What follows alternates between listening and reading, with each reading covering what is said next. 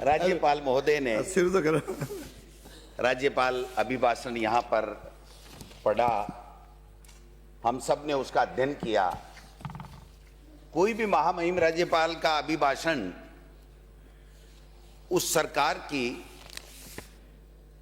जितना समय व्यतीत हो जाता है, उसकी जो उपलब्धियां होती हैं, जो जन कल्याणकारी नीतियां होती हैं, जो विकास के काम होते हैं, उनके बारे में, और आगे आने वाले समय में वो उस 12 महीने में किस प्रकार काम करेंगे, जनता को राहत देंगे, इस विषय के ऊपर वो चीजें होती हैं। मैं समझता हूं कि हमने इसका अध्ययन किया। आपने महामहिम ने जो अभिभाषण पढ़ा उसमें आपने राइजिंग राजस्थान की भी बात की, शिक्षा की भी बात की, जल परियोजनाओं की भी बात की, जल जीवन मिशन की भी बात की, आपने किसान की भी बात की, सामाजिक सुरक्षा की भी बात की, खेल की भी बात की, और अनेक विषयों के ऊपर अपनी बातें रखी। सबसे पहले तो मैं ये निवेदन करना चाहता हूं कि इस बार का महामहिम का राज्यपाल अभिभाषण केवल और केवल इस 12 महीने में आपने विभिन्न मदों में क्या खर्चा किया या क्या खर्चा करने वाले हैं आगे, उसके बारे में, उसके ही इर्द गिर्द रहा। कोई भी ऐसी उपलब्धि इस राज्यपाल के अभिभाषण में नहीं हुई। एक लाइन में 2 साल तक आपने बड़े बड़े वादे, मुख्यमंत्री जी का भाषण देखो, मुख्यमंत्री जी का दिल्ली दौरा देखो, और दौरे के बाद में जिस प्रकार की भूमिका बनाई जाती कि पता नहीं क्या लेकर के आ रहे हैं। लेकिन जब हम देखते हैं तो ये मिलता है कि इस 2 साल में हर वर्ग परेशान रहा है, कोई सुनने वाला नहीं है। संवैधानिक संस्थाओं का दुरुपयोग प्रमुख विशेषता और प्रमुख उपलब्धि इस सरकार की बनी है। मैं समझता हूं कि आपने देखा होगा कि पंचायत राज का परिसीमन हुआ। मैं पूछना चाहता हूं, देश के इतिहास में, प्रदेश के इतिहास में 70 साल में 12 महीने तक कभी भी पंचायती राज का या नगर निकाय का परिसीमन नहीं चला।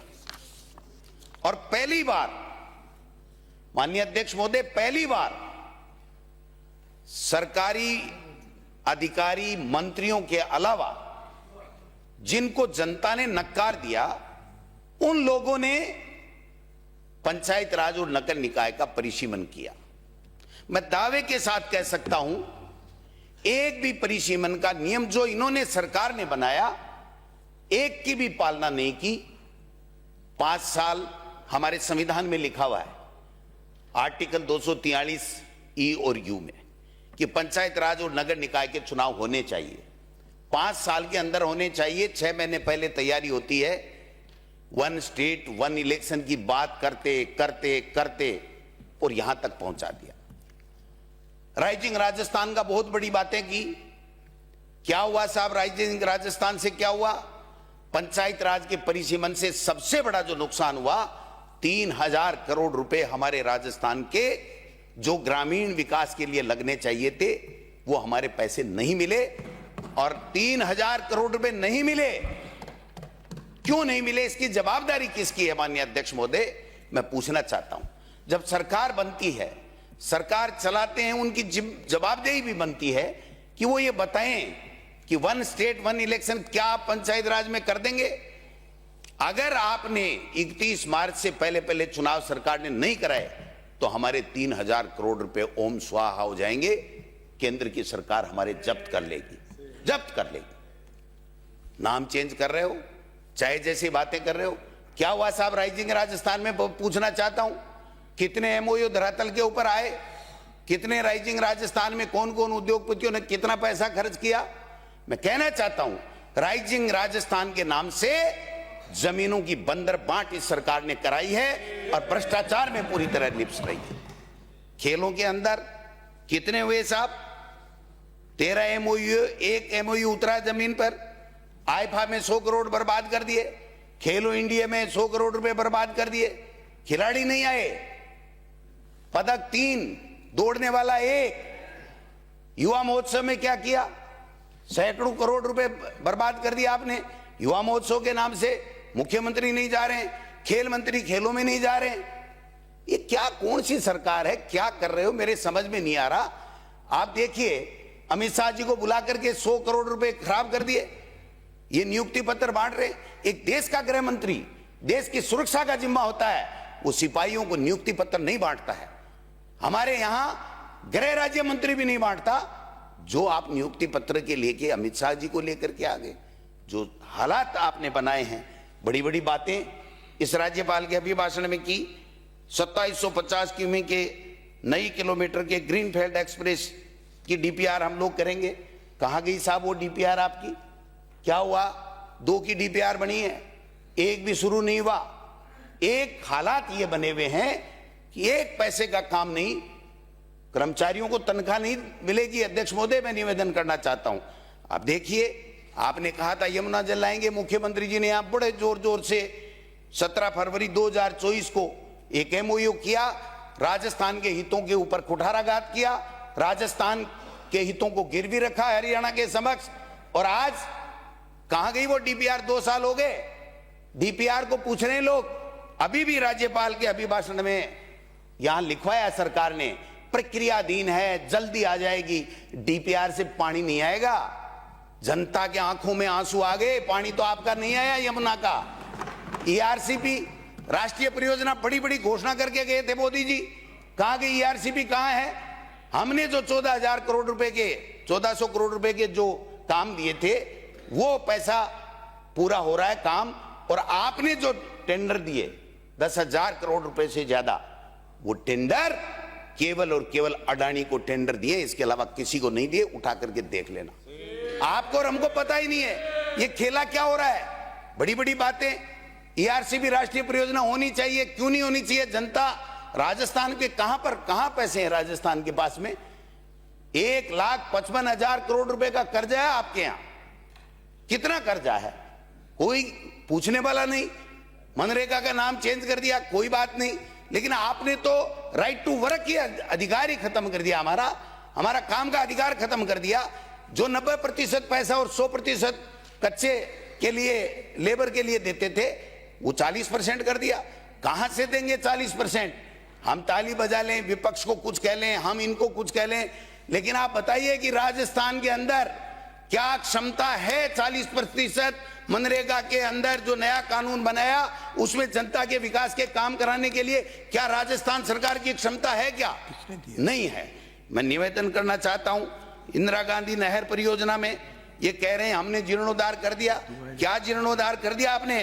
पंजाब सरकार ने कॉमन बैंक की सुरक्षा का हवाला देके 1000 क्यूसेक पानी हमारा घटा दिया और हम देखते रहे, हम कुछ ही नहीं कर पाए। अरे ऐसी सरकार जो हमारे से 1/4 है पंजाब, उसके अंदर भी आप इतना पानी घटा के आ गए, आप बोल ही नहीं पाए। मैं निवेदन करना चाहता हूं कि जब 7,800 क्यूसेक पानी चलाने का निर्णय हुआ तो मुख्यमंत्री जी बताएं कि 6,700 क्यूसेक ही पानी हमको क्यों मिला, ये मैं पूछना चाहता हूं। जल जीवन मिशन में भ्रष्टाचार हो गया, ये हो गया, हम ये कर देंगे, हम वो कर देंगे। 67,000 करोड़ रुपए का बजट था, पूरे देश में 17,000 करोड़ रुपए लगे, और राजस्थान को कितना मिला बताइए आप? कितना राजस्थान को मिला, कितना काम आपने कर दिया? केवल आरोप लगाने से कुछ भी नहीं होता है। आरोप तो कोई किसी पे अपना मुंह है, जीभ है, कैसे भी लगा लो। केवल और केवल आपने यहां कहा था, मुझे याद है कि कहा था कि अनियमितताएं हो गई हर विभाग में, 1 करोड़ से टेंडर की हम जांच करेंगे। कितने महीने लग गए? फरवरी 2024 के अंदर और फिर अगस्त 2025 के अंदर आपने उसको पूरा किया है। 1.5 साल तक आप लिए बैठे रहे। एक काम बता दीजिए जिसमें आपने कोई ऐसा फैसला किया हो जो हमारी सरकार की कमियां और गलतियां निकाली हो। केवसर साहब थे, जोगाराम जी थे, मंजू बारमार जी थी, कई लोग थे। मैं पूछना चाहता हूं, ग्रामीण विभाग में इसी आपकी रिपोर्ट में है, मेरे प्रश्न के जवाब में आया, मैं बता दूंगा आप कहोगे तो। ग्रामीण विकास में 5 वर्षों में ऐसी निविदाएं 1 करोड़ से अधिक, जो नॉन बीएसआर आइटम के माध्यम से कार्यों की समीक्षा, आपने लिखा है कि अनियमितता दृष्टिगोचर नहीं होती है।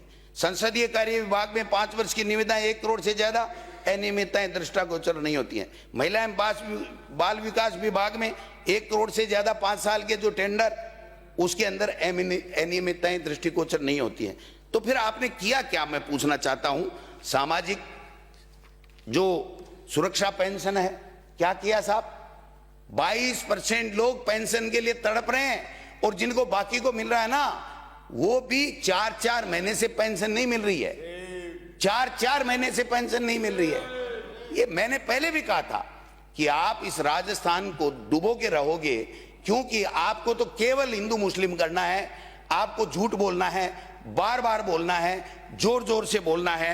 ये इस तरीके की अन्नपूर्णा रसोई, कोई खान खाते थे, नाम बदल दिया, कोई बात नहीं, लेकिन हालात क्या हैं? सारी की सारी बंद पड़ी हैं। आप बताइए कि खेलो इंडिया में क्या हुआ, बताइए। मैंने कहा था मुख्यमंत्री जी बताएं, खेल सामग्री में घोटाले, खेल परिषद में पीडी अकाउंट में जो पैसे हैं उसकी कोई बात नहीं, अकेले ठहरने की व्यवस्था नहीं, जो बाहर जो खिलाड़ी गए उनकी भी कोई व्यवस्था नहीं। और किसान का तो हाल आपने ये बना रखा है कि जैसे नींबू होता है ना, नींबू दाल में मिलाने के लिए उसको चूस के उसको निचो के खाद बीज कहाँ मिला, समर्थन मूल्य गेहूं का कहाँ मिला, कहाँ गए 2750 रुपए, कहाँ है वो खाद, कहाँ है बीज, कहाँ है यूरिया, कहाँ है? 260 रुपए में कट्टा मिलता था, 600 और 700 रुपए में। कृषि मंत्री जी है नहीं, 700 रुपए के अंदर। और डीएपी के लिए आधार कार्ड लाइन में लगे थे। आप देखिए हालात ये बने थे, छापे पड़े साहब। हमने सोचा भाई मंत्री तो धांसू ही है, मुख्यमंत्री की परवाह नहीं कर रहा है, केंद्र की परवाह नहीं कर रहा है, और छू मंतर हो गया, पता ही नहीं क्या हुआ क्या नहीं हुआ, कहाँ वो छापे गए, कहाँ वो एफआईआर गई, कहाँ क्या हुआ क्या नहीं हुआ। और ऐसे प्रसन्न रहते हैं, पहले कुंठित रहते थे हमारे कृषि मंत्री जी, आजकल उस छापों के बाद में बहुत प्रसन्न मुद्रा में रहते हैं। इसका राज क्या है मेरे समझ में नहीं आया। मैं निवेदन करना चाहता हूं कि आपने जो स्थितियां बनाई हैं वो सबके सामने हैं।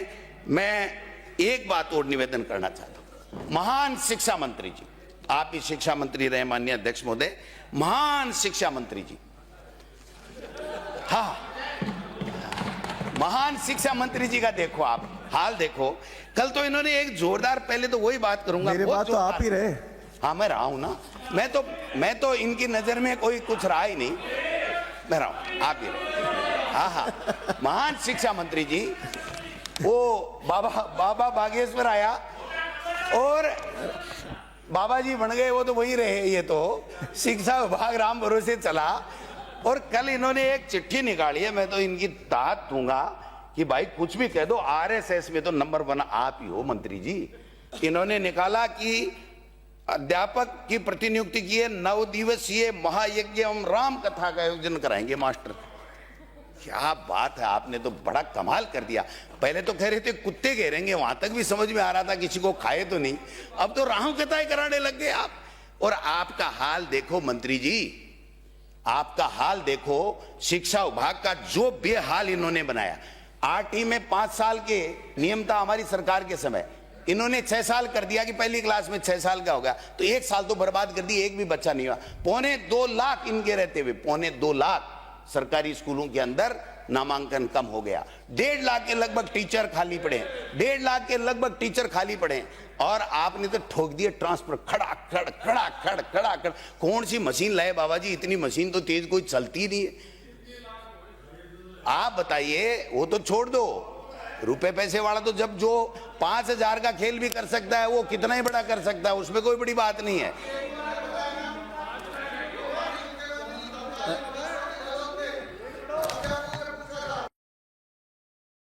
ट्रांसफर में तो सबने कहा था खाते हैं उन्होंने। माननीय मंत्री जी इनको बोलने दे, बीच में नहीं, मैंने बोल मंत्री जी ने कहा है उसको एक्सपेंस कराया जाए, मैं क्या दिया वो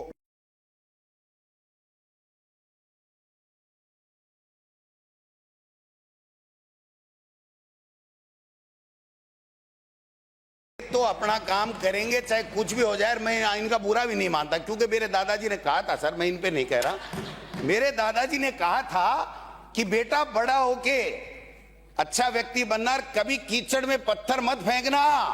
अगर कीचड़ में पत्थर फेंका तो तुम्हारे कपड़े खराब होंगे, कीचड़ का कुछ भी नहीं बिगड़ेगा। मैं इन पे नहीं कह रहा हूं सर, ये तो हमारे सम्मानीय मंत्री हैं, इन्होंने तो पता नहीं मिड सेशन में ठगा कितने किया आपको बता दूं सर। आप भी शिक्षा मंत्री थे, ट्रांसफर करते थे, 2% प्रशासनिक होते थे, इन्होंने तो 55% और मेरे इलाके में तो 85% ठोक दिए।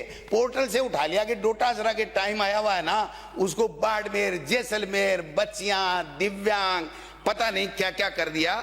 ये जो हालात बनाए हैं वो मैं ज्यादा कुछ नहीं कहना चाहता। मैं एक निवेदन करना चाहता हूं, 21,000 करोड़ रुपए चाहिए इनको। 3700 से ज्यादा स्कूलें जर्जर कर दिया आपने, अतिवृष्टि का नाम लेकर के जर्जर कर दिया 3700 स्कूलें। 80,000 कमरे बैठने के लिए नहीं है यहाँ पर, स्कूलें आप बंद कर रहे हो, पेड़ के नीचे बढ़ा रहे हो। हाईकोर्ट आपको धमकी दे रहा है, आपको हाईकोर्ट बार बार कह रहा है, आपके कोई जू ही नहीं रह रहा। आप तो रामकथा कराओ, रामकथा कराओ, रामकथा कराओ। इस राजस्थान का बंटा डाल मत करो मंत्री जी। कम से कम माननीय अध्यक्ष महोदय, इनको चाहिए, आज 44,000 टॉयलेट बच्चियों के लिए नहीं है। इनको शर्म आनी चाहिए कि ये शिक्षा विभाग चला रहे हैं। वहां कथा में डांस कर रहे थे, पता ही नहीं मेरा डांस तो लिया तो मोदी जी ने ही ले लिया, मेरे वाले की चर्चा कर रहे थे, आप तो खुद ही वहां ताड़ी बजवा रहे थे कि कथा कर रहा हूं। 81 ट्वीट किया आपने, और पूरे 2 साल के अंदर शिक्षा मंत्री बनने के बाद में आपने शिक्षा के नवाचार के लिए 8 ट्वीट भी नहीं किए। अगर 8 भी बता दो तो मैं बता दूं। बड़ी बड़ी बातें करते हैं, पेपर ये हो गया, पेपर ये हो गया। बता दूं आपको कितने पेपर हो गए, क्या हो गए, आपने क्या क्या कर रखा है, क्या क्या नहीं कर रखा है। अगर मैं बताऊंगा तो आपके निकल जाएगा, समझ में आ जाएगा कि क्या हुआ। पूरा चिकित्सा विभाग है ना, एपीओ चल रहा है, पूरा चिकित्सा विभाग। मंत्री जी भी एपीओ है। हाँ, पता ही नहीं कहाँ रहते हैं। एपीओ का पता थोड़ी रहता है सर, जहां सही जगह होती है वहां नहीं होता, वही एपीओ होता है। तो मंत्री जी का पता ही नहीं रहता कहाँ रहते हैं। 8-8, 6-6 महीने से डॉक्टरों की पोस्टिंग की बातें चल रही हैं, और कैसे पोस्टिंगें हो रही हैं अगर मैं बताऊंगा तो फिर कईयों को मिर्ची लग जाएगी। इसलिए आपने कहा था कि थोड़ा धीरे धीरे ही देखना, धीरे धीरे देखना। मैं निवेदन यही करना चाहता हूं, राइजिंग राजस्थान में जो कमाल आपने किया साहब, कोई नहीं कर सकता। बस्सी के अंदर एक जमीन थी सेना के कमांड कोरिया के लिए, 300 करोड़ से भी ज्यादा थी, कोड़ियों में सल्टा दी साहब। दिल्ली से पर्ची आई, खेल खत्म और पैसा हजम। ये हालात हैं। एक और खेला कर रहे हैं साहब, ये मैं निवेदन करना चाहता हूं, ये तो बहुत ही बड़ा बड़ा खेला कर रहे हैं। एक बिजली का भी कर रहे हैं। एक बिजली के अंदर 1 मई 2024 में ये कह रहे हैं ना, हम तो ईमानदार के हरीशचंद्र जी के ही हम वंशज हैं। तो ये हरीशचंद्र जी के वंशज हैं, इनको बताना चाहता हूं माननीय अध्यक्ष महोदय, 3200 मेगावाट कोयला बिजली, 8000 सोलर का एक टेंडर बनाया मई 2024 में, और वो आगे बढ़ाया। 8000 का तो सोलर का और 3200 का कोयला, दोनों को मिक्स करके। देखिए आप जोरदार काम देखिए, इनकी ईमानदारी की पोल खुलेगी। पर्ची जो दिल्ली से आई है उसको भुगतान नहीं कर रहे हैं, इसलिए बार बार मुख्यमंत्री जी को दिल्ली जाना पड़ रहा है। सितंबर 2024 में द रिपोर्ट कलेक्टिव की रिपोर्ट आई, इन्होंने अक्टूबर 2024 में टेंडर निरस्त कर दिया। हमने सोचा ईमानदार आदमी है, हमें शक करने की कहीं गुंजाइश ही नहीं थी। उसके बाद में दिसंबर 2024 में नया टेंडर करते हैं 3200 मेगावाट कोयले का, और ये टेंडर बिना बिजली नियामक आयोग के, आरईआरसी के बिना अनुमति के इन्होंने टेंडर कर दिया, जबकि रेगुलेटरी बोर्ड है उससे पूछ करके ही टेंडर किया जाता है। और उसके बाद में मार्च 2025 में आरईआरसी में मंजूरी के लिए याचिका लगाते हैं।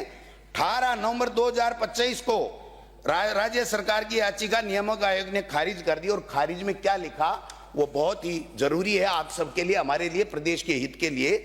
इन्होंने कहा कि सीईसी जो केंद्रीय विद्युत आयोग है वो ये कह रहा है कि राजस्थान को 2035-36 तक केवल 1905 मेगावाट बिजली की आवश्यकता है। कितनी? 1905 की आवश्यकता है। तो माही बांसवाड़ा में 1400 मेगावाट का न्यूक्लियर पावर प्लांट आ रहा है, और सरकारी कंपनियों से भी जॉइंट वेंचर से बिजली आएगी जो पाइपलाइन में है, यानी 1905 की जरूरत के बदले में उससे भी दुगुनी पाइपलाइन के अंदर है, बिजली की कोई जरूरत नहीं है। ये आपका केंद्रीय जो विद्युत आयोग कहता है, जो पूरी बिजली को रेगुलेट करता है।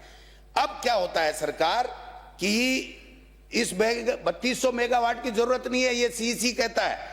आरईसी के फैसले के टेंडर निरस्त होना चाहिए। माननीय अध्यक्ष महोदय, टेंडर निरस्त नहीं हुआ, तारीखें बदल दी गई, 1 बार 2 बार 3 बार, और उसके बाद में सौदा जिंदा रखा गया। और सरकार ने यह कहा, जो निरस्त करना चाहिए था, सरकार ने यह कहा सीईसी को कि साहब हम तो कोटा और सूरतगढ़ के 1350 मेगावाट के 2 इकाइयां बंद कर रहे हैं, ये हमारे काम की नहीं है, ये काम नहीं आ रही। तो सीईसी ने कहा कि आपने अक्टूबर 2025 में तकनीकी और वित्तीय मापदंड पर इन दोनों को उत्कृष्ट बताया था। तो जब आपने उत्कृष्ट बता दिया तो आप इनको दोनों को बंद क्यों करना चाहते हो? ये क्या बेईमानी है, ये तो बताओ। तो क्या होता है सर कि एनटीपीसी और एनएचपीसी के शायद दोबारा एक चिट्ठी लिख दी कि इन दोनों कंपनियों के शायद सरकारी उपक्रम हैं तो पूरे नहीं होंगे, और कुछ 1400 मेगावाट जो प्रधानमंत्री जी ने वहां पर शिलान्यास किया था उसको भी खा गए कि नहीं साहब ये भी पूरा नहीं होगा। अरे प्रधानमंत्री नरेंद्र मोदी, मोदी है तो मुमकिन है, जिसका नारे आप लगाते हो, वो मोदी जी का उद्घाटन किया हुआ उसको भी खा गए। और हुआ क्या, ये क्यों किया जा रहा है माननीय अध्यक्ष महोदय? 3200 मेगावाट के 488 हजार के जो कोयला आधारित पावर प्लांट है, वो अडानी समूह किवई के अंदर पहले से पर्यावरण क्लियरेंस ले चुका, जमीन ले चुका, और वो वहां पर स्थापित करना चाहता है, लेकिन उसने पीपीए नहीं किया।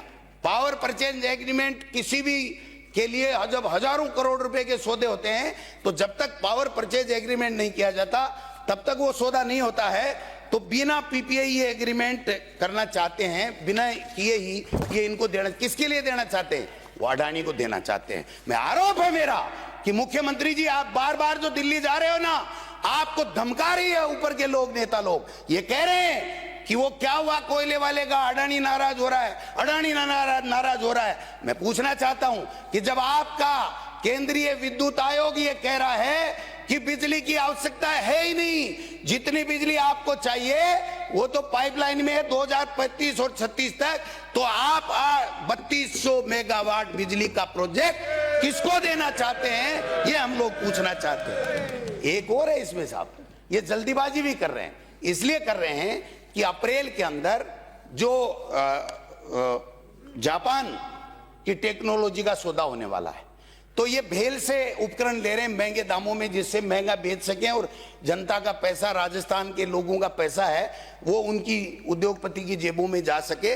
तो वो अगर अप्रैल में आ गया तो 50% सस्ते उपकरण वहां से मिलेंगे, तो प्रतिस्पर्धा में दूसरा आ जाएगा। मेरा यह आरोप है माननीय अध्यक्ष महोदय सदन के माध्यम से कि केवल और केवल अडानी को देने के लिए ये टेंडर को जिंदा रख रखा है, इसके अलावा कुछ भी आपके पास में नहीं है, कुछ भी आपके पास में नहीं है। गुजरात मॉडल है साहब, यहां गुजरात मॉडल क्या है पता आपको?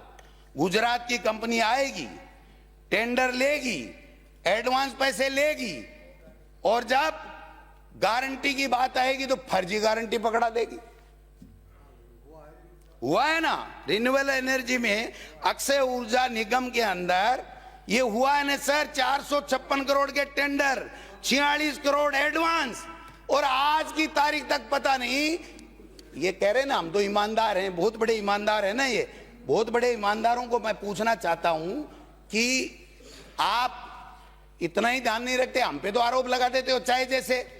मैं निवेदन करना चाहता हूं, ये कहते हैं पेपर लीक, पेपर लीक है ना, उसी पे आ रहा हूं ना, उसी पे आ रहा हूं माननीय अध्यक्ष महोदय। पेपर लीक हुए, हमने कार्रवाई की, जो कमी रह गई वो आप कार्रवाई करो, जो मुलजिम है, जो अपराधी है, उसको जेल के अंदर डालो, लेकिन रोजाना भाई साहब भाषण ही भाषण पेलते रहो और काम करो ही नहीं, किसी को अंदर डालो ही नहीं, और खुद ही भ्रष्टाचार में लिप्त हो जाओ तो फिर सवाल तो उठेंगे। मैं निवेदन करना चाहता हूं इनके यहाँ, सुनिए सर, सुनने का मादा रखो, मैं आपको सुनूंगा।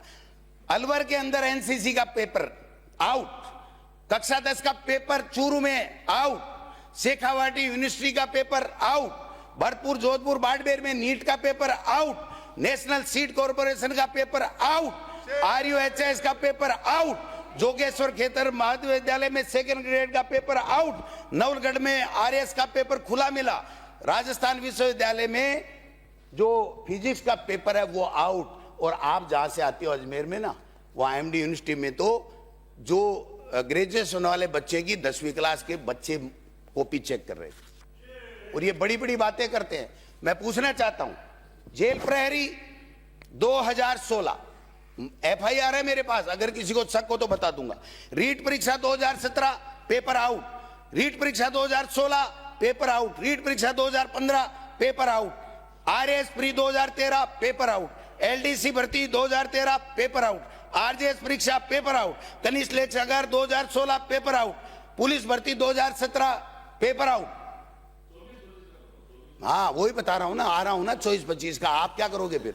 आप ठाले ही बैठे रहोगे क्या? कुछ तो आप भी करोगे ना। ये माननीय अध्यक्ष महोदय, बीजेपी के पेपर आउट, इनके पेपर आउट, हमारे यहां भी पेपर आउट। 12 साल की CBI जांच करा लो, अगर आप में हिम्मत है तो आपकी सरकार गिर जाएगी। मैं लिख के दे रहा हूं आपको। वसुंधरा जी की जांचें कराओ, रोजाना बातें करने से कुछ नहीं होता। हम सबको मिलकर के इन बच्चों का भविष्य बर्बाद नहीं हो, ये पेपर माफिया पकड़े जाएं, जेल के सलाखों में हो, ये हमारा दायित्व होना चाहिए। एक दूसरे पे भाले फेंक रहे हैं, गोले फेंक रहे हैं, एक दूसरे पे आरोप लगा रहे हैं, पता नहीं क्या क्या कर रहे हैं। और हमारे मंत्री जी तो, शिक्षा मंत्री जी तो रोजाना ही मेरे को जेल में भेज रहे हैं, और मैं नहा धो के तैयार होता हूँ और जेल आई नहीं अभी तक। बोल रहा हूँ, अभी बोल रहा हूँ। मिड डे मील में वो एक दिन खर्रा साहब ने कहा था मैं गोल्फ की जांच करा लूंगा, ठीक है ना।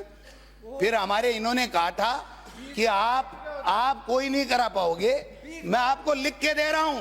20 बार के चुके। अरे आप ही के नेता बोल रहे हैं। मैं अध्यक्ष महोदय, मैं मिड डे मील में कह रहा हूं, आपको निवेदन कर रहा हूं। मिड डे मील के अंदर 100 IAS अफसर, 44 जो ट्रेजरी ऑफिसर, 1000 के लगभग RS, हजारों की संख्या में शिक्षा अधिकारी, इन सब के साइनों के बाद में सरकार ने पेमेंट दिया है।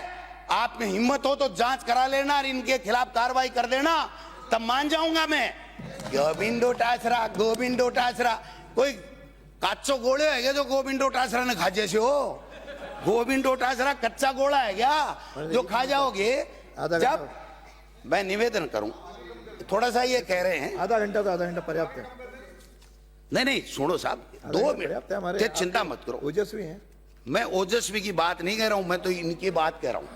ये अपराध, क्या हालत है इनकी अपराधों में? एक बार बता दूं, 2 मिनट बता दूं इनकी अपराधों में क्या हालत है। पहली बात, राजस्थान के अंदर किसी भी अपराधी के खिलाफ में FIR लॉन्च नहीं होती है। इनके IG टेलीफोन करके थानों में कहते हैं FIR कम से कम करो। हमारे मुख्यमंत्री जी गृह विभाग को समझते नहीं है, इसलिए उनकी बेइज्जती नहीं हो जाए। ये हालत है आपकी। 2 साल में 1600 से अधिक नाबालिग बच्चों की दरिंदगी 8% बढ़ गए। 2 साल में पोक्सो के 38% बढ़ गए। दलित बच्चों के रेप के मामले 20% बढ़ गए। बजरी खनन, वाह वाह वाह वाह, क्या है, गंगा में सारे नहा रहे हैं। 2-4 मंत्रियों की तो तकलीफ हो रही है कि उनकी जगह वो कोई गुजराती आ गया और वो माल खा रहा है, तो यहाँ वालों को मिल नहीं रही है, इसलिए और तो रोजना रो रहे हैं। वो तो बात समझ में आती है कि यहाँ का माल यहीं रहना चाहिए भाई, बाहर क्यों जाए। लेकिन भाई साहब, आपका तो मॉडल ही देश में गुजरात मॉडल है, तो गुजरात मॉडल में तो गुजराती खाएगा। आपके पल्ले नहीं पड़ रहे। आप तो ये फॉर्च्यूनर नहीं मिल गई, इनको लिए घूमो, अरे ये करते रहो, हो गया। बहुत बढ़िया चल रही है सरकार। एक बात और कहना चाहता हूं, एक मुख्यमंत्री से निवेदन करना चाहता हूं, ये खानों वाला मैं पढ़ दूं आपको हो तो, और नहीं तो बता दूं। मैं एक बात कहना चाहता हूं, मुख्यमंत्री जी से आग्रह करना चाहता हूं, आप बार बार जो है ना इस तरीके के काम मत करो जिससे हमारी बदनामी हो और हमारी बेइज्जती हो राजस्थान की, पूरे देश में। अब ये जब भी मन की बात होती है तो बैठते हैं, समझ में आता है, लेकिन जब भी बजट आता है तो मुख्यमंत्री जी ऐसे सज धज के सूटेड बूटेड होके बैठते हैं, पेन और पन्ना लेके, कि पिछली बार तो क्या हुआ कि एक कहीं लिखा नहीं, वो पेन टिका नहीं कॉपी पे और बजट पूरा हो गया, और वो ही वीडियो उन्होंने फोटो वायरल कर दी, हमारी बेइज्जती हुई, क्योंकि मुख्यमंत्री हमारे भी हैं। अब की बार तो सूटेड बूटेड पहना और सबको साथ में बढ़ाया। राजेंद्र जी राठौड़ साहब भी नजर आ रहे थे, पता नहीं कहां से बुला लिया उन्होंने। तो वो परिसीमन में जो हत्या की है इस राजस्थान के लोकतंत्र की, तो सूटेड बूटेड पहन करके मुख्यमंत्री जी ने क्या किया, 3-4 लाइनें पहले लिखवा ली और लिखवा के फिर पेन टेक लिया, और शाम तक, अध्यक्ष महोदय सुनो मेरी बात, जब तक बजट खत्म नहीं हुआ वो यूं बैठे रहे जैसे परीक्षा देने वाला 6ठी क्लास का बच्चा बैठा रहता है कि मेरा आएगा नहीं आएगा, ये प्रश्न में क्या करूं। और लास्ट में पता चला कि मुख्यमंत्री जी राजस्थान का तो नाम ही बजट में नहीं आया, और नाम तो नहीं आया तो नहीं आया, जाने तो आशा भी नहीं थी हमको, तो आपको आशा थी तो देखो, लेकिन वो की वो वीडियो, वो का वो फोटो वायरल कर दिया, हमारी बदनामी हुई कि ऐसे 6ठी क्लास का बच्चा बैठे। वैसे हमारा मुख्यमंत्री, मैंने एक बीजेपी के बड़े नेताओं को कहा, कंक्लूड कर रहा हूं, मैंने कहा भाई ये क्यों करते हैं ऐसे, कोई ज्ञानवान तो है, 60-62 साल के हैं, सरपंच भी रहे हैं, चाहे मुख्यमंत्री पहली बार बने हों, एमएलए पहली बार बने, वो कहे भाई साहब आपको पता ही नहीं है हमारे सिस्टम का। मैंने कहा क्या हुआ, बोले हमको तो देखते हुए कि मोदी के देखते हुए कि फोटो भेजनी पड़ती है, नहीं हमारी पर्ची बदल जाती है। तो मैंने कहा यार ये तो बात समझ में आती है, लेकिन फोटो को सार्वजनिक क्यों कर रहे हो आप, ये बताओ, फोटो को सार्वजनिक क्यों कर रहे हो। इसलिए माननीय अध्यक्ष महोदय, मैं इतना निवेदन करना चाहता हूं, इस शिक्षा विभाग का बंटाढार करने से बचा लो, एक काम कर लो मेरा, मैं आप जो कहोगे 100,000 काम करूंगा आपके। ये पूरा प्रदेश त्राईमाम कर रहा है, अरे इनको सौगंध खिलवा दो, इनको सौगंध खिलवा दो, एक भी राजी हो ना तो मैं मेरे शब्द वापस ले लूंगा। सारे के सारे कह रहे अरे वाह रे शिक्षा मंत्री से बचा दो, अरे वाह रे शिक्षा मंत्री से बचा दो, ये हालात बनी हुई है, ये हालात है। तो भ्रष्टाचार की ज्यादा बातें मत करो, भ्रष्टाचार के आकंठ में डूबे हुए हो आप। मंत्री जी फाइलें मंगाते हो, मंत्री कभी फाइलें नहीं मंगाता है, टेंडर की फाइलें नहीं मंगाता है, और आपके लोग आकर के हमको कहते हैं अध्यक्ष महोदय, अध्यक्ष महोदय, अध्यक्ष महोदय, एक मंत्री पे आरोप लगा रहे बिना किसी नोटिस के, गलत है, एक्सपेंड किया जाए इसको। मंत्री जी ये गलत है, गलत परंपरा डाल रहे हैं। आपने हिम्मत तो नोटिस दो, आईसीटी लैब के खराब नोटिस देकर आओ ना। आप भ्रष्टाचार, ये गलत तरीका है, गलत परंपरा, इसको एक्सपेंड किया जाए। इन पे आरोप नहीं लगा, आप बैठो, नहीं मैंने पहले ही कह दिया मैं आरोप नहीं लगा रहा, मैं तो इनकी जेल का इंतजार कर रहा हूं, मैं तो आपकी जेल का इंतजार कर रहा हूं। वो तो आप में देख ही रहा हूं ना, मैं वो तो आप में देख ही रहा हूं। माननीय सदस्य, अरे छोड़ो सदस्य, कब पर्याप्त हो छोड़ो, गया? मेरे दादा ने कहा था कीचड़ 5 में मिनट ज्यादा हो गए, आधा घंटा इसलिए मैं 35 मिनट हो गए। इतना ही निवेदन करना चाहता हूं सर। अरे आप राजा के सामने आप पे आरोप लगाया, गहलोत साहब ने पूछा उनसे कि भ्रष्टाचार तो नहीं हो रहा है ट्रांसफर में, उन्होंने कहा हो रहा है, कैसे कह रहे हैं? आप शिक्षा मंत्री थे, आपके सामने आरोप लगा। माननीय सदस्य इनको समाप्त कर इनके सवाल का जवाब दे, आप आरोप लगा रहे हो। 5 मिनट ज्यादा हो गए इनके सवाल का 1 सेकंड में, 1 मिनट में, अरे 1 मिनट में समाप्त कर दो। बैठ जाओ, एक सिंधी का कोटा था पूरा हो गया ऊपर वाली सीट पे यार, काहे के लिए। मैं दूसरी बात कह रहा हूं, ऐसी कौन सी सरकार है जिसमें भ्रष्टाचार नहीं होता लेकिन होने पे कार्रवाई होती है? आज रोजाना पकड़े जा रहे हैं तुम्हारे, और तुम कार्रवाई नहीं कर रहे हो। हमने कार्रवाई की है, आप कार्रवाई करते नहीं हो, थोते भाषण ठोकते हो, थोती बातें करते हो, बिना मतलब किसी पे आरोप लगाते हो। अगर मैं आरोप लगाने लग जाऊं ना आपकी तरह तो सबको नंबर लगा दूंगा। ये जो पूरी फाइलें हैं मेरे पास, हर डिपार्टमेंट का खेला है, हर डिपार्टमेंट का खेला है। इसलिए अपने गरिमा में रहो, प्रदेश के हित में आप क्या कर सकते हो उसकी सोचो। अच्छा काम करोगे हम भी धन्यवाद देंगे, गलत काम करोगे जनता भी टोकेगी, हम भी टोके। आप ट्रस्टी हो, राजस्थान के मालिक नहीं हो जो लूटो खोसो खाओ। सरपंचों को हटा दो, प्रधानों को हटा दो, नगर निकाय के अध्यक्षों को हटा दो, मर्जी जैसे फैसले करते हो, कानून को तोड़ने का काम करते हो, धमकाने का काम करते हो। इसलिए मैं इतना ही कहना चाहूंगा कि जो महामहिम ने ये जो खर्चे का छोटा छोटा पुलिंदा बताया ना, इसमें कोई सरकार का विजन नहीं है कि इस 12 महीने में आपने क्या अच्छा किया, इस 2 साल में आपने क्या अच्छा किया, क्या इस 12 महीने में आप अच्छा करने वाले हो। इस तरह के विजन का कतई अभाव है, इसलिए मैं इनके विरोध में अपनी बात कह रहा हूं। माननीय अध्यक्ष महोदय, इतना ही निवेदन है कि राजस्थान की विधानसभा चले, मुद्दों पे बात हो, और मुद्दे जनता के हैं। हम जनता के चुने हुए जनप्रतिनिधि जनता की बात करने आए, एक दूसरे पे गोल करने नहीं आए। लेकिन ये वहम निकाल देना कि आप हरिश्चंद्र के औलाद हो और हम लोग सारे के सारे इधर चोर बैठे हैं, आने वाला समय बताएगा, 2.5 साल बाद में हम इधर बैठेंगे, ये मैं कहना चाहता हूं। धन्यवाद। श्री सुरेंद्र सिंह राठौड़। सिंह राठौड़,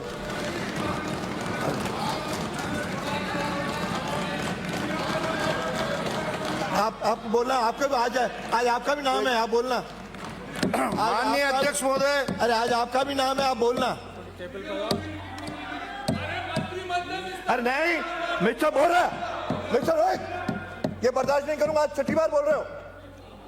माननीय अध्यक्ष महोदय, आपने मुझे महामहिम राज्यपाल महोदय के अभिभाषण पर बोलने की अनुमति दी, उसके लिए आपका आभार प्रकट करता हूं।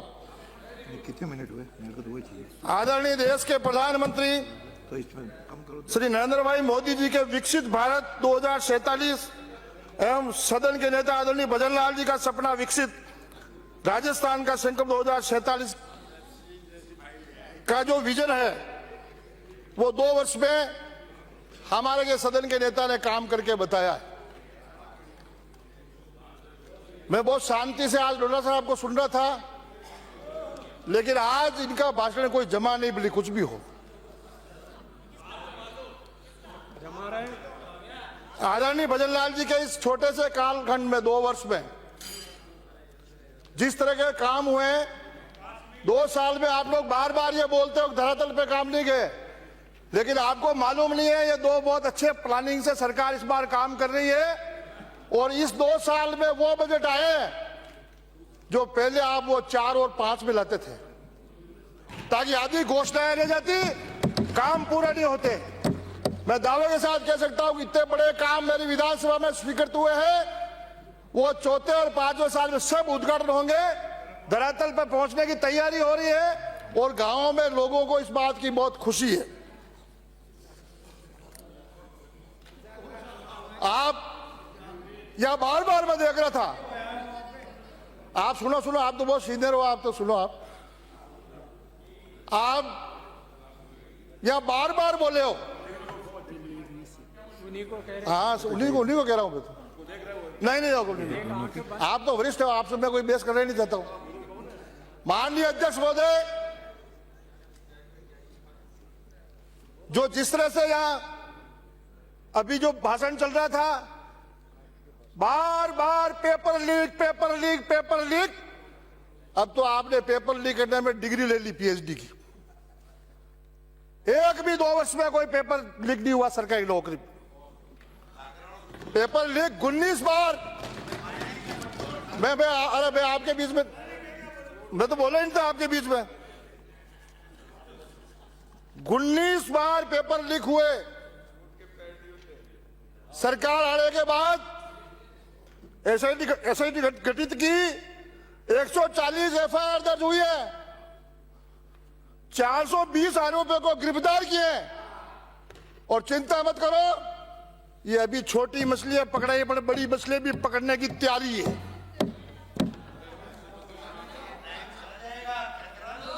एक सरकारी क्षेत्र में सभापति महोदय, सरकारी नौकरियों में 1 लाख युवाओं को नियुक्ति पत्र दे चुके हैं। आप बिराजो, आप पधारो मत। सरकारी 1,54,547 की भर्ती प्रक्रिया पाइपलाइन में चल रही है। 2026 का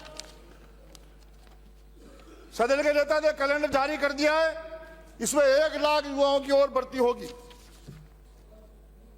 35 लाख करोड़ के राजस्थान में जो एमओयू हुए, उसमें से 8 लाख करोड़ के एमओयू धरातल पर पहुंचने की तैयारी हो गई और काम चालू प्रारंभ हो गए हैं।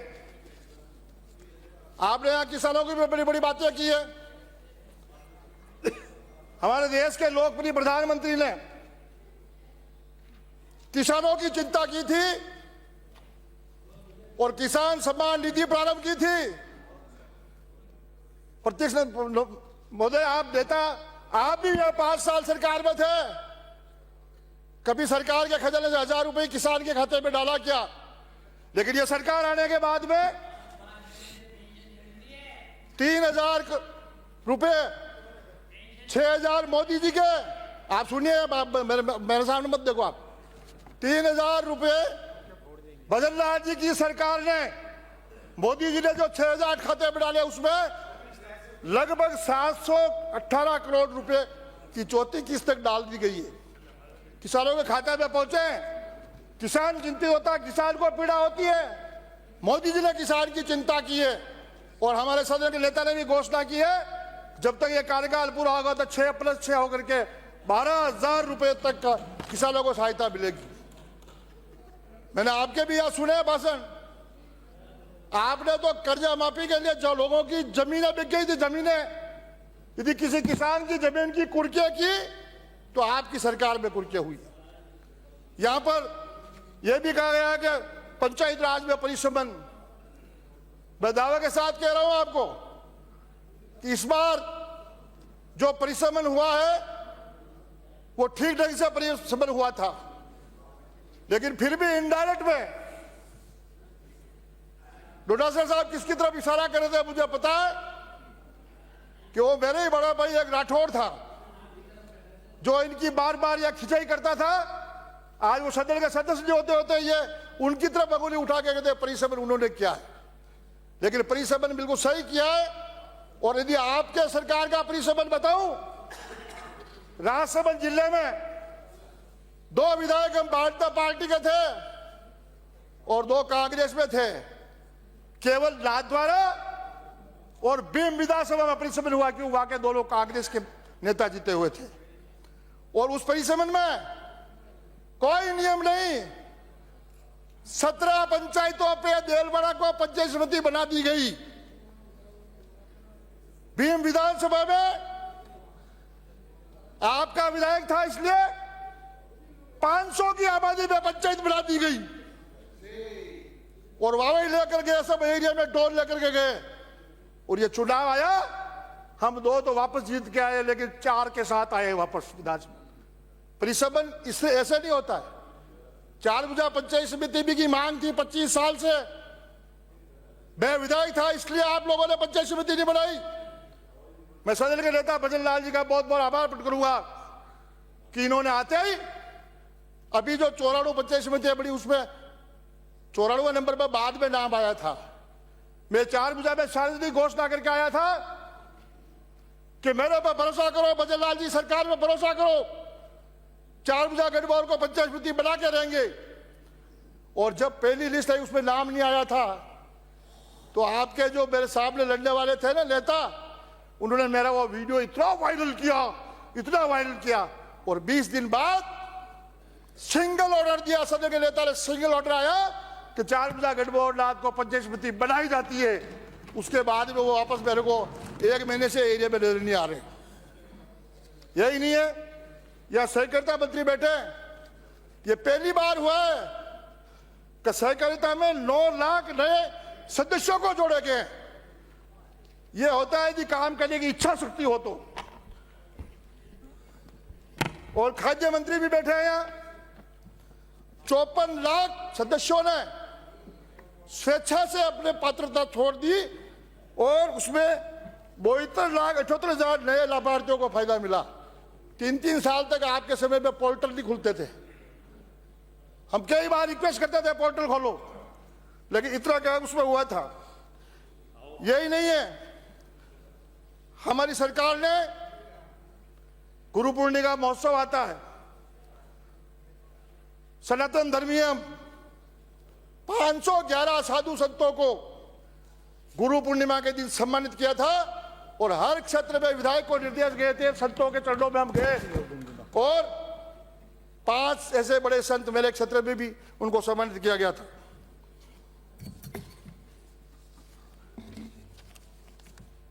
यहां पर वीबी जी राम जी की बात भी आई।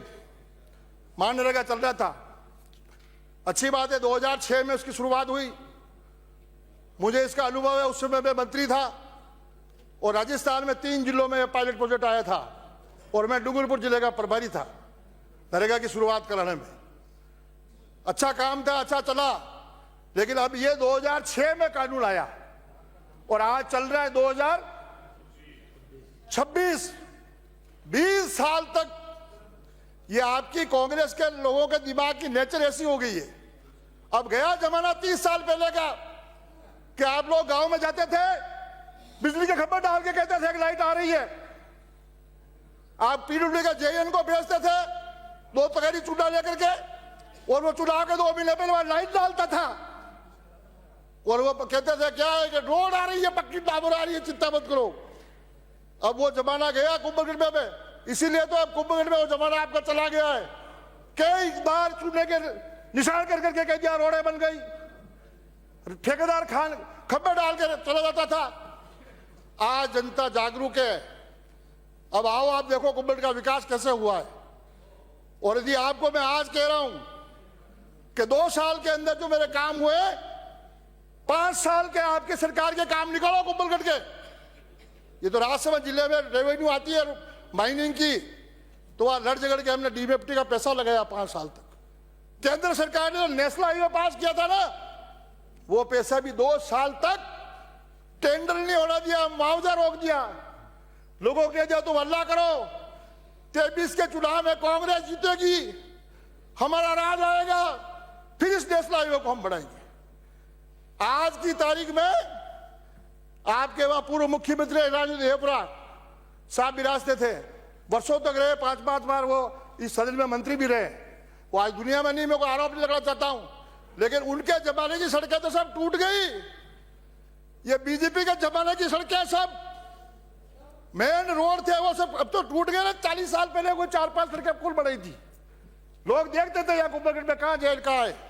जिस तरह से यह विकास हुआ है, अब विकास और आगे हो गया। और मैं तो आपसे यही निवेदन कर रहा हूं कि ये जो जी राम जी वाले पे राम जी का नाम आने से चिड़ हो गई तो अलग बात है। बाकी तो अभी कह रहे थे कि 40% पैसा राज्य सरकार कहां से लाएगी। डबल इंजन की सरकार है। डबल इंजन की सरकार किसको कहते हैं सभापति महोदय? डबल इंजन की सरकार है। आपको 40% की 3 साल चिंता करने की जरूरत नहीं है। और मैं आज आपको कह रहा हूं कि 3 साल बाद भी आप इधर आने वाले नहीं हो, आपको इधर ही रहना पड़ेगा, देखते रहना, क्योंकि आपको विकास नहीं दिख रहा है। अब निश्चित तौर से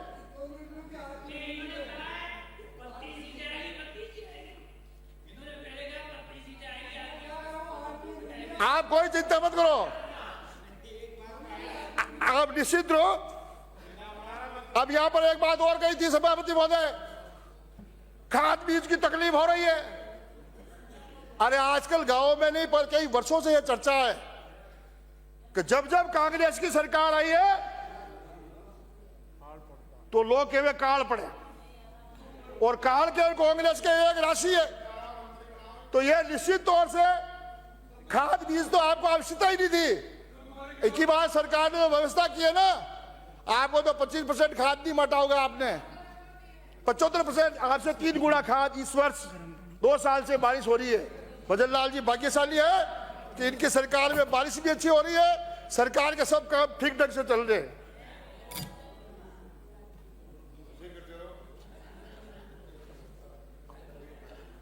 मैं तो आपसे यही निवेदन करूंगा कि आप जिस तरह से विकास के काम हो रहे हैं, आगे भी हमें उम्मीद है कि हमारे सदन के नेता जिस तरह से हम काम करेंगे और आगे भी करेंगे।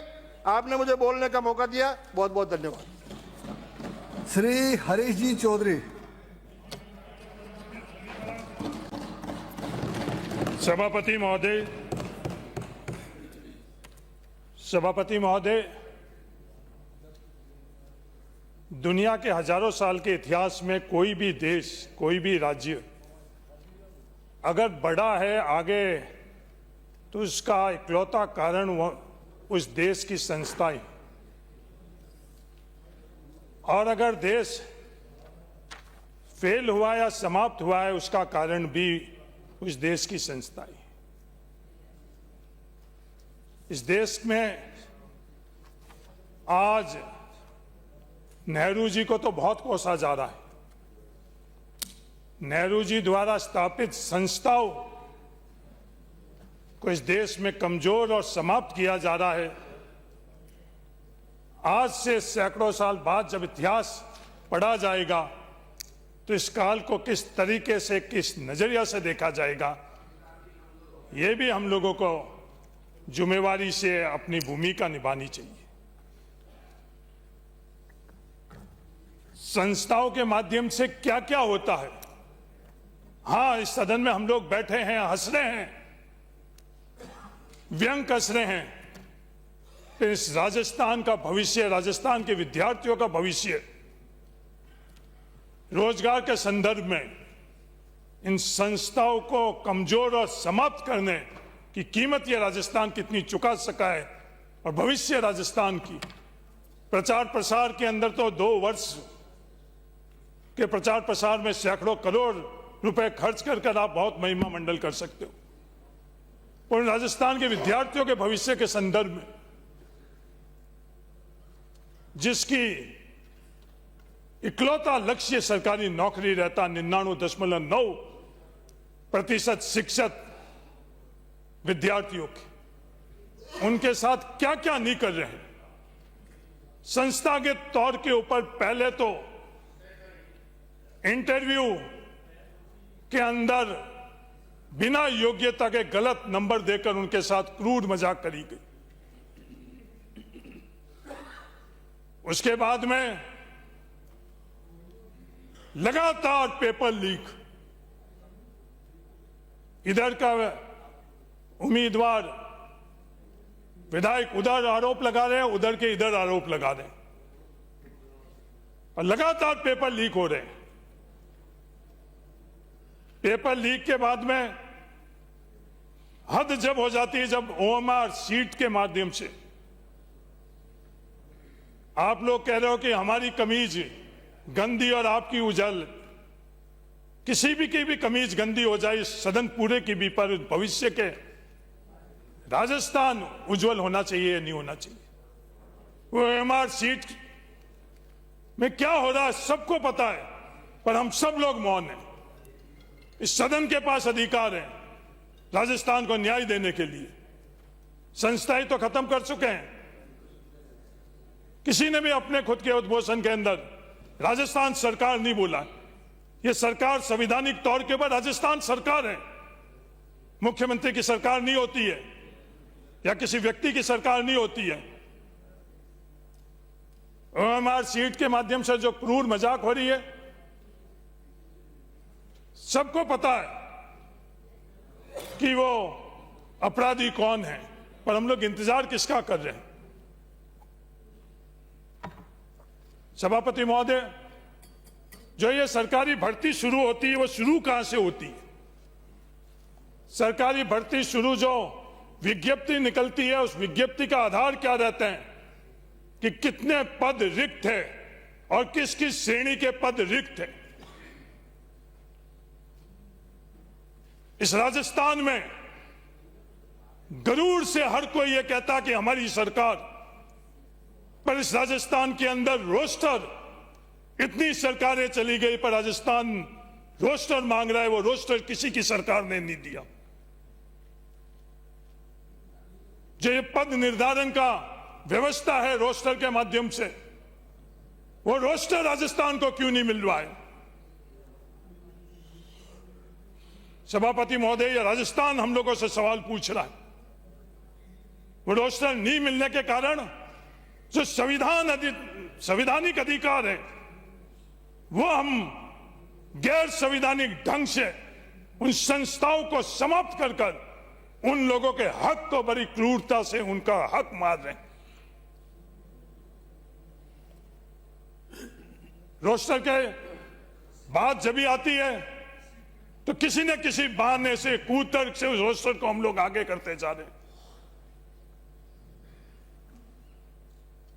जब विज्ञप्ति नहीं निकलती, जब तक हम प्रशासन और सरकार की तरफ देखते हैं कि वो रोस्टर बनाकर और विज्ञप्ति निकाल लेगा। विज्ञप्ति निकालने के बाद जब न्यायपालिका में जाते हैं तो न्यायपालिका से ये जवाब हम लोगों को मिलता है, या फैसला हम लोगों को मिलता है कि ये रोस्टर के संदर्भ में कोई निर्णय नहीं करेंगे, क्योंकि ये भर्ती प्रक्रिया शुरू हो चुकी। शुरू करने से पहले क्रूर मजाक और शुरू करने के बाद भी क्रूर मजाक। सभापति महोदय, इस रोस्टर के माध्यम से ये राजस्थान को कब हम लोग न्याय दिलाएंगे? मुख्यमंत्री जी, इस राजस्थान को कृपा कर आप इस राज्यपाल के अभिभाषण का जवाब देते हुए आप लोग ये जरूर उल्लेख कर दो। नहीं दिला सकते तो कह दो कि राजस्थान के अंदर संवैधानिक तौर पर सरकार नहीं चलेगी, संस्था के तौर पर सरकार नहीं चलेगी। तो अगर वो भी है तो राजस्थान को कम से कम ये सच्चाई तो पता चले। सभापति महोदय, बड़ी गरूर से बात करते हैं, वन नेशन वन इलेक्शन। अभी भी बहुत बात कर रहे हैं। गैर संवैधानिक ढंग से इन सरपंचों का चुनाव, पंचायती राज चुनाव हम लोगों ने इतना आगे कर लिया है। तर्क क्या? One state one election. तो सभापति महोदय, उन विद्यार्थियों को एक भर्ती में एक परीक्षा हम लोग दे पा रहे हैं क्या? उनकी चर्चा चिंतन हम लोग नहीं करेंगे इस विधानसभा के अंदर। नॉर्मलाइजेशन के माध्यम से यह संस्था बनी किसके लिए? आरपीएससी बनी किसके लिए? सभापति महोदय, जब हम लोग ये पेपर बनाते हैं उसके बाद वो पेपर आरपीएससी संस्था के पास आता है, क्या उसकी जिम्मेवारी आरपीएससी की नहीं है कि वो अगर जो भी पेपर बनना है वो एक जैसे एक स्तर का बना हुआ है या नहीं बना हुआ है? न्यूनतम उन विद्यार्थियों को यह हक और अधिकार भी हम लोग नहीं दे पा रहे। सभापति महोदय, ये स्वीकार करना पड़ेगा हम लोगों को, संस्था के तौर पर आरपीएससी का अस्तित्व ही नहीं रहा राजस्थान में। राजस्थान के साथ क्रूर मजाक करना आप बंद कर लो। राजस्थान को बहुत कीमत चुकानी पड़ गई है। ये आरपीएससी अब भंग हो ही जानी चाहिए। और राजस्थान को और कितना क्रूरता से इस राजस्थान को आप कुछ लोग सिर्फ आरोप प्रत्यारोप कि आपने इस तरह के सदस्य बना दिया, हम लोगों ने इस प्रकार के चेयरमैन बना दिए। ये गरूर और आरोप प्रत्यारोप से राजस्थान को न्याय नहीं मिलेगा। सभापति महोदय,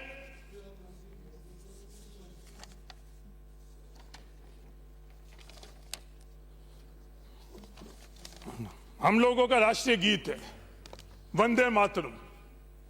कई लोगों को गलतफहमी है कि उनके मुख से निकल रहा है इसीलिए वो गौरवान्वित महसूस कर रहे हैं। इस भारत का हर नागरिक के लिए वो राष्ट्रीय गीत वंदे मातरम उतना ही गौरव प्रदान करता है जितना किसी तथाकथित संकीर्ण सोच रखने वाले जो अपने आप तक के वंदे मातरम को सीमित करना चाहते हैं। ये एक गीत नहीं है। वंदे मातरम सिर्फ राष्ट्रीय गीत नहीं है, यह भारत की आत्मा की अभिव्यक्ति है। वंदे मातरम को हम लोग किस प्रकार के, किस तरीके से हम लोग इसको समझते हैं? वंदे मातरम में सुजलाम सुफलाम हम लोग सब गाते हैं। वो सुजलाम सुफलाम का अर्थ क्या है? क्या इस देश के अंदर हम लोग शुद्ध पानी दे पा रहे हैं? क्या इस देश की धरती को शुद्ध ऊर्जावान धरती हम लोगों ने छोड़ी है? और तो और सभापति महोदय, जो यह हवा है, जो न्यूनतम सिर्फ प्राणियों को नहीं पेड़ को भी आवश्यकता हो, वो हवा भी हम लोगों ने किस तरह की छोड़ी, पर उसके बारे में हम लोग चर्चा नहीं करेंगे क्योंकि वो सबसे जुड़ी हुई है। उसमें कोई आक्रोश नहीं, उसमें कोई आरोप प्रत्यारोप नहीं। सभापति महोदय, आज हवा के संदर्भ में, पानी के संदर्भ में हम लोग चर्चा और चिंतन नहीं करेंगे राज्यपाल के अभिभाषण के माध्यम से हम लोग हमारी प्राथमिकता से विद्यार्थियों का भविष्य, युवाओं का भविष्य, पानी और हवा नहीं रखेंगे तो ये राज्यपाल भाषण के माध्यम से क्या प्राथमिकता हम लोग इस राजस्थान को दे रहे हैं? हवा की स्थिति देश के हिंदी के प्रतिष्ठित अखबार दैनिक भास्कर ने सर्वे कर ये उसमें अपनी रिपोर्ट में उल्लेख किया है, देश का सबसे प्रदूषित राज्य में से राजस्थान एक। पर हम लोग चर्चा नहीं करेंगे, हम लोग चर्चा नहीं करेंगे।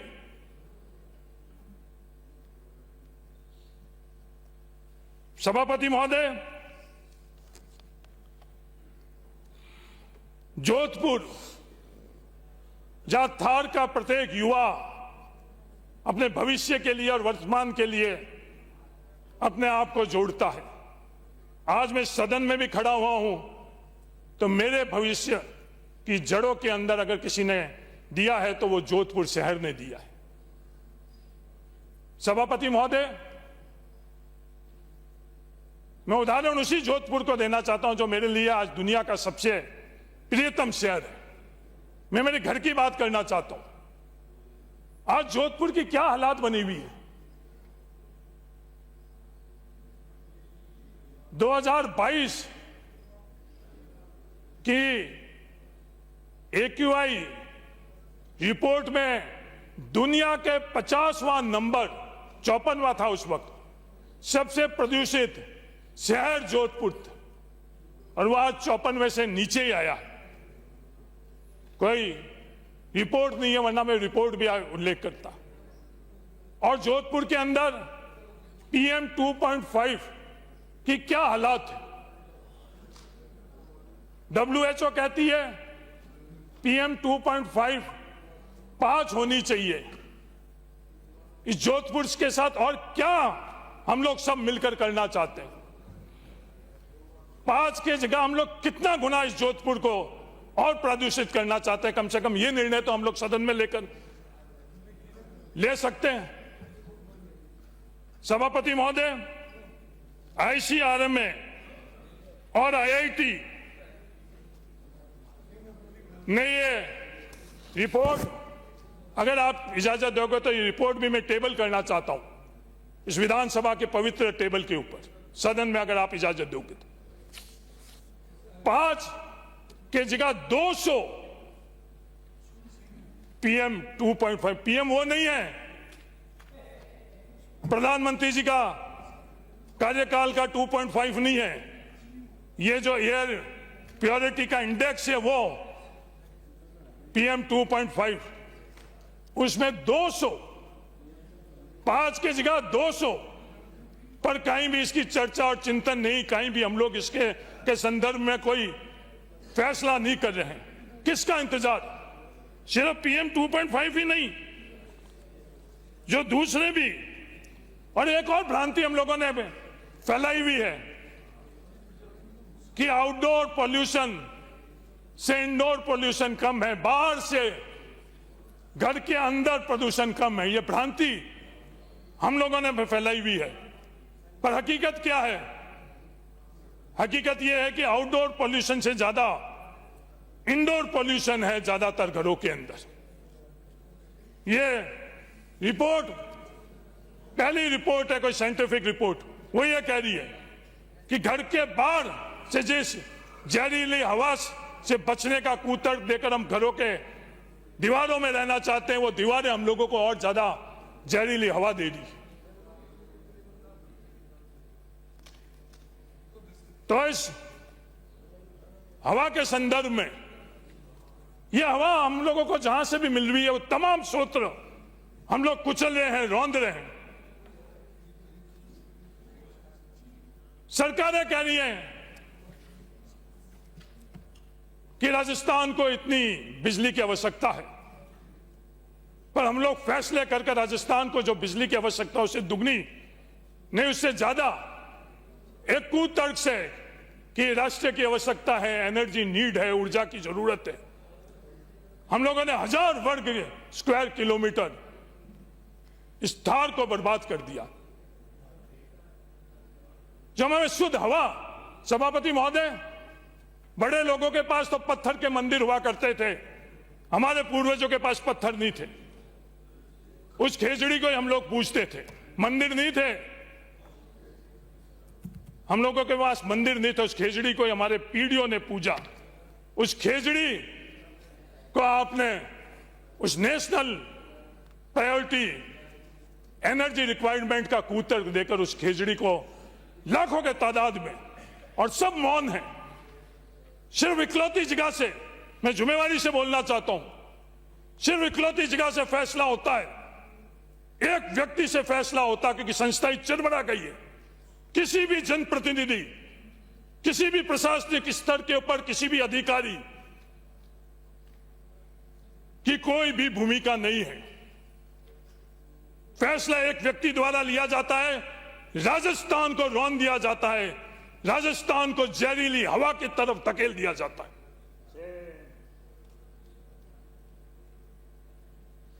वो खेजड़ी तक बात सीमित नहीं है। बहुत गरूर से हम लोग बोलते हैं कि हम लोगों का धर्म ये है। राठौड़ साहब ने भी बोला, बिल्कुल राठौड़ साहब, आप लोगों का भी धर्म है, हम लोगों का भी धर्म है, धर्म हर व्यक्ति का है। पर जो धार्मिक आस्थाएं हैं, उन धार्मिक आस्थाओं के संदर्भ में फैसला करने की जिम्मेवारी तो हम लोगों की है।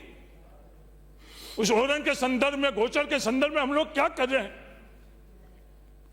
यूडीएच के तरफ से एक फैसला आता है कि यह गोचर तमाम जो शहरी सीमाओं में आती है, वो गोचर सरकारी जमीन है, और कोई नहीं बोलता है। 200 विधायकों में से एक विधायक ने भी अगर बोला हो इस सदन के अंदर, तो रिकॉर्ड उठाकर देख लो, मौन, चुप, क्योंकि हम लोगों को उन लोगों से काम पड़ता है। अगर हम सच्चाई बोलेंगे तो हमारे काम वो लोग करेंगे या नहीं करेंगे। ये सरकार की बात नहीं है कि यूडीएच के अंदर आने वाली गोचर भूमि, क्या शहर को जरूरत नहीं है? गाय को जरूरत नहीं है? शहर में गाय नहीं रहनी चाहिए? ये पाबंदी लगा दें हम लोग? शहर के अंदर खुले घूमने के लिए कोई जगह नहीं चाहिए?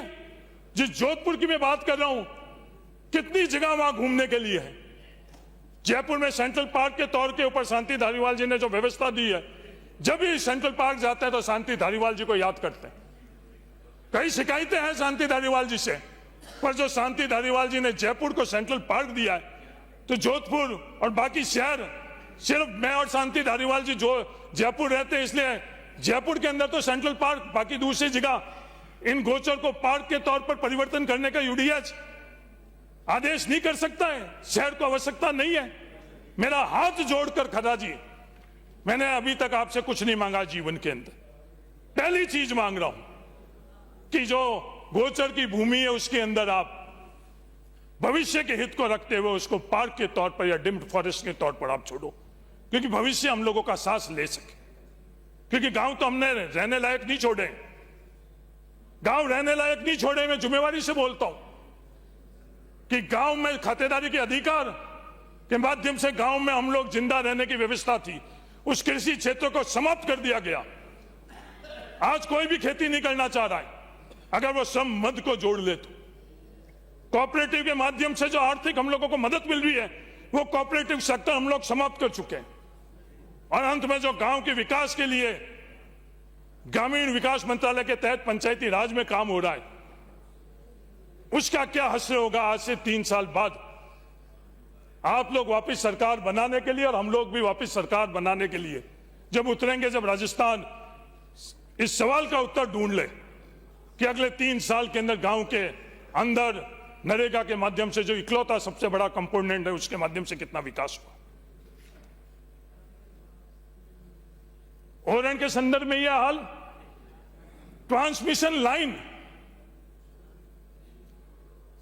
कोई भी गांव, जैसे मैंने कहा, कोई भी शहर बड़े बड़े बंगले करोड़ों रुपए के बना दिए, पर इस प्रदूषण से कोई भी नहीं रहा। तो कोई भी बाड़मेर, जैसलमेर या उससे आगे वाले गांव इस ट्रांसमिशन लाइन के माध्यम से जो हमारे भविष्य को रौंदा जा रहा है उससे कोई भी नहीं बचेगा। मैं जिम्मेवारी से कह रहा हूं सभापति महोदय, नियमों के अनुसार उस ट्रांसमिशन लाइन के नीचे कुछ भी निर्माण नहीं हो सकता और 100 मीटर तक कोई निर्माण नहीं हो सकता। कोई भी ढाणी और जो लैंड होल्डिंग हम लोगों की है वो कम होती जा रही है तो हम लोग रहेंगे कहां? इलेक्ट्रोमैग्नेटिक फील्ड जो इन ट्रांसमिशन लाइन के माध्यम से बन रहा है, वो इलेक्ट्रोमैग्नेटिक फील्ड